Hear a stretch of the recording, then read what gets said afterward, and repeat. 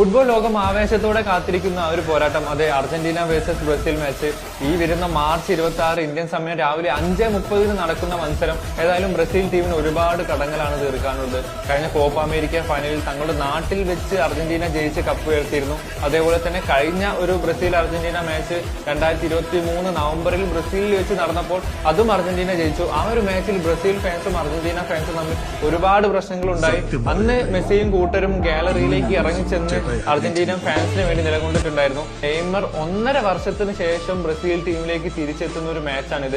ഇരു ടീമിന്റെയും അറ്റാക്കിംഗ് നിര തമ്മിലുള്ള ഒരു പോരാട്ടമായിരിക്കും. കാരണം ഒരു വശത്ത് മെസ്സിയും മാർട്ടിനസും അൽവാരസും ഡിബാലയും കൂടി ചേരുമ്പോൾ മറുവശത്ത് ബ്രസീലിന് വേണ്ടി റാഫീഞ്ഞയും വിനീഷ്യസും റോഡ്രിഗോയും ആന്റണിയുമാണ് അണിനിരക്കുന്നത്.